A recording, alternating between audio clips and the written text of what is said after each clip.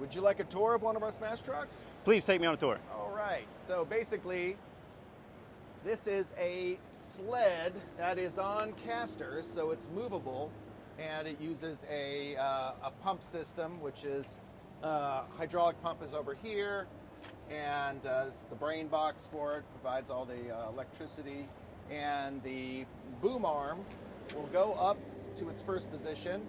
The sled will slide all the way back to the back of the truck, and then the boom will be deployed into the dumpster, and then we can operate the roller inside the dumpster, getting it to go back and forth. Sometimes you have to just kind of stop it in place and just grind it up a bit, but that allows us to get maximum compaction on these things. And then this is the smash cab itself. This is where the driver would go up into. There's a key, and then there's all the controls right here, allow you to operate. Easy to drive, you don't need a CDL to operate it. I drive it, purpose built for compaction. It doesn't do anything else. It doesn't haul anything away. It doesn't do anything but provide dumpster space.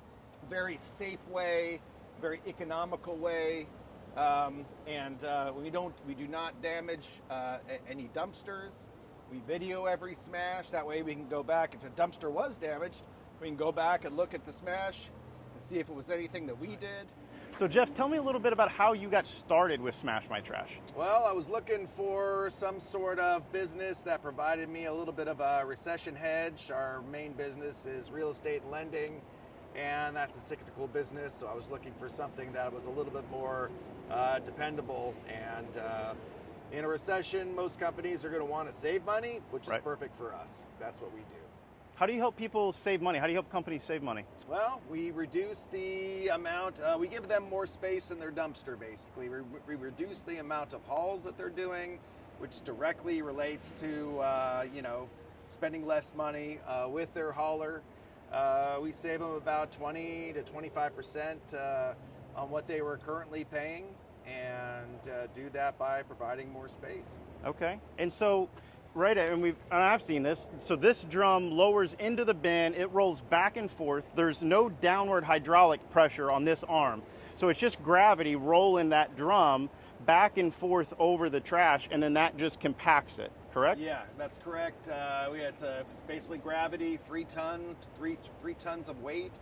But also there's steel spikes on the end of on the drum, and that helps it to climb up and break up material.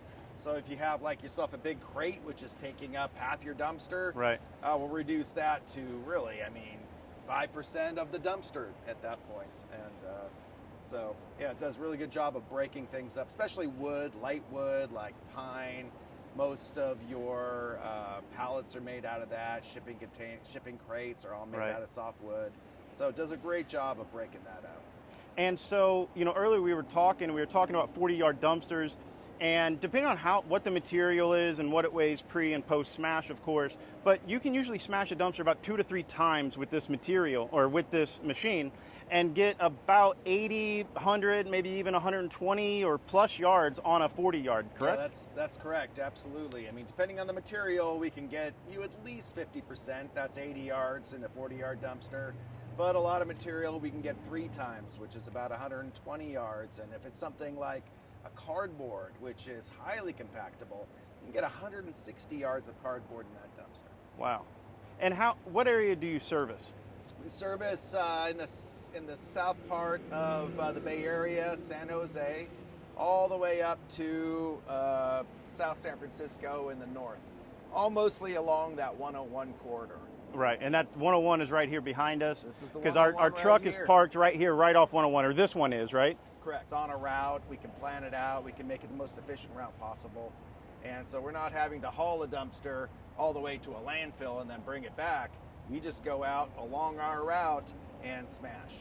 Yeah, that's definitely something I noticed. My history of being a hauler, when I first saw this and saw the opportunity with you guys, that's what I see, is that at the end of the day, the customer pays for dumpster space. That's correct. That they don't care how you give them space, they just need dumpster space, Yeah. right? They need somewhere to put their waste, their recyclables, whatever it may be. Their material needs to go in a bin somewhere.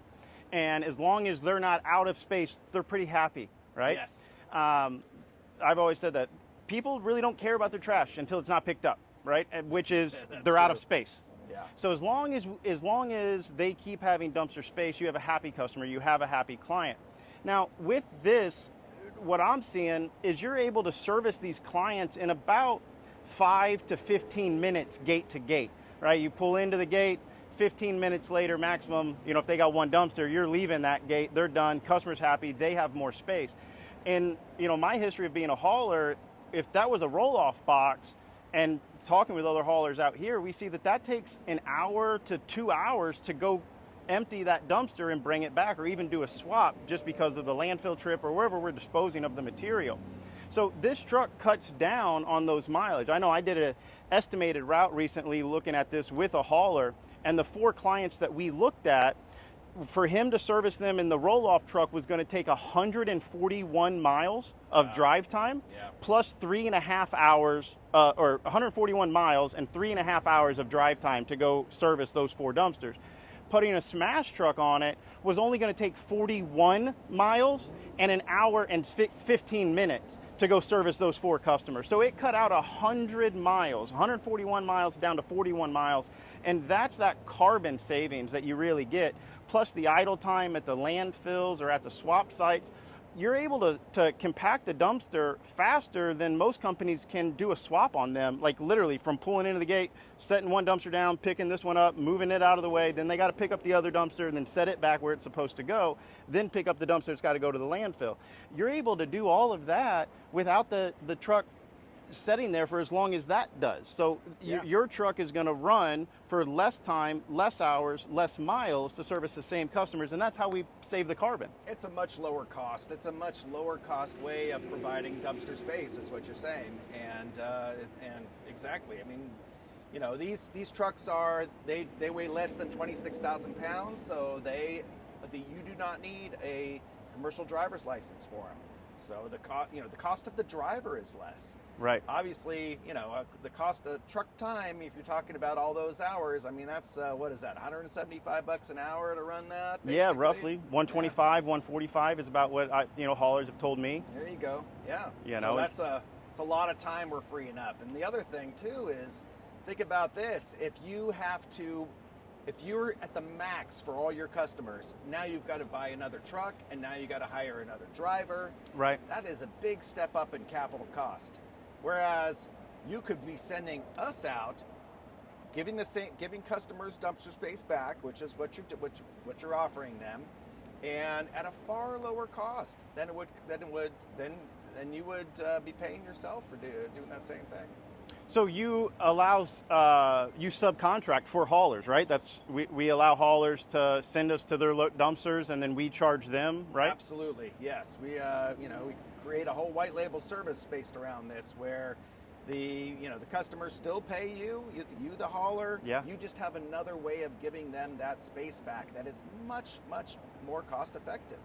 Right. So a hauler can basically reach out to us and subcontract us to go give the space back. We can provide the space at cheaper cost than what they can. Absolutely. Even if it's their truck, they're running, just the hours and cost that we can save them on some of the accounts, right? The ones that it works for, they could hire us to go give the customer back the space. We could smash those dumpsters a couple of times, usually at least once, before we have to worry about any kind of overweight issues or anything else. Absolutely. From the hauler's point of view. Yeah, I mean, really allows the customer to grow their business, to get more customers, to acquire more customers without having to make that stepped up capital cost, where you would need to do that with a new truck and hiring new drivers, and allows us to increase their business, increase their profitability without buying another truck. Yeah, the calculations I've done and shared with multiple haulers and the relationships that we've built actually show that the amount that they make per trip goes up when they work with us, because we're able to compact it more. So the revenue per trip and then the profit per trip go up, because we're going to reduce the number of trips they have to make to that dumpster. We'll make some of those trips, put the weight inside the material in that dumpster, total for them with one haul instead of them having to make 2 or 3 trips. Because a lot of haulers think that if they make 2 or 3 trips, they get to charge for every trip. So that's where they make their money at. But in my calculations, the time that it takes to earn that base rate is so expensive that by subbing it out to us, letting us go compact it, you can still charge the customer a trip fee for our service, pay us a remainder of that to go out and service the client. That actually increases their profit per trip and profit per customer when it's calculated out. Well, it also helps create more happier customers, because these customers aren't having to wait like 2 days or 3 days to get their dumpster space back. We're going out that same day and giving them the space back. Right, so we're much faster at returning that. And we can help them plan for it too. It's like if we know the cadence of what the material they're putting in there, they can anticipate when that truck will need to go haul that dumpster. And Right. So, you have a client, we've talked to a few haulers. One of them, it was part of the a city organization where they were hauling dumpsters for the city, and the part of the deal was the city wasn't even paying for those dumpsters. So it was very expensive for the hauler to go and service those dumpsters, and plus they're not even making any money on it. Those would be the first ones I would sub And so out those to were the us. first ones we got subbed out to go help with that, because they basically had a dedicated truck to that area for those specific dumpsters almost every day. That truck was just turning those dumpsters for no revenue at all. We're able to go in, compact it, and reduce the number of trips. So now that truck can go do other stuff, and every other day or so haul those dumpsters out. Well, the other thing too is, when a hauler drops a can, and then when they get a call to pick it up, they don't know where that volume is at any time between those 2 points. Right. But when we're going out and smashing it, we can communicate back to them and say, hey, you're at 50% now. So now they know, now they can basically plan a better route. They can plan it. You're not going to be surprised at your customer calling you to get picked up. We've been telling you along the way, it's at 50%, it's at 75%. And that was between 2 days. So you know that they're going to need a haul 2 days from now, basically. Right. Yeah, because we're really good at tracking the volume that the customer's generating every day, or at least between our compaction services. So we can judge that and know and trigger those expectations out for the client. And then also when we do a smash, we take photos and things like that. All of that's recorded, and we can include that to the hauler, or to those automatically go to the customer, so that way they can visually see what was done and how full that box is, and then it has a percentage on there also, right? Absolutely. And we have every one of these smashes is recorded, right? So and plus we don't physically touch the dumpster whatsoever. So we are the safest way to provide the compaction. Customers want compaction. They know that it makes sense to press it down. They can get more space in there without paying for that additional space. What they use, though, is equipment that's not meant for compaction. Gradals, forklifts with big weights on them, backhoes. I mean, these things have exposed fittings on them, and you are just taking that fitting and smashing down some wood, some crates, some pallets. Yeah, it's only a time before one of those pops off, and now you're like, it's not economical anymore to do this compaction. It's much better to have a truck that is meant for compacting. Right. That doesn't touch the dumpster. We take care of their dumpsters better than their customers do. When we saw that, I know we brought out a hauler to witness our demo along with one of his big customers, and then we watched them compact the dumpsters, how they did it, and then we compacted the dumpsters, how we do it. And the guy immediately changed his opinion on, hey, I want my customers to not compact their own dumpsters. Don't smash your own trash. The only thing we want smashing the trash inside of our dumpsters is this system, this specially designed truck that is made to do that and made not to cause damage on these dumpsters.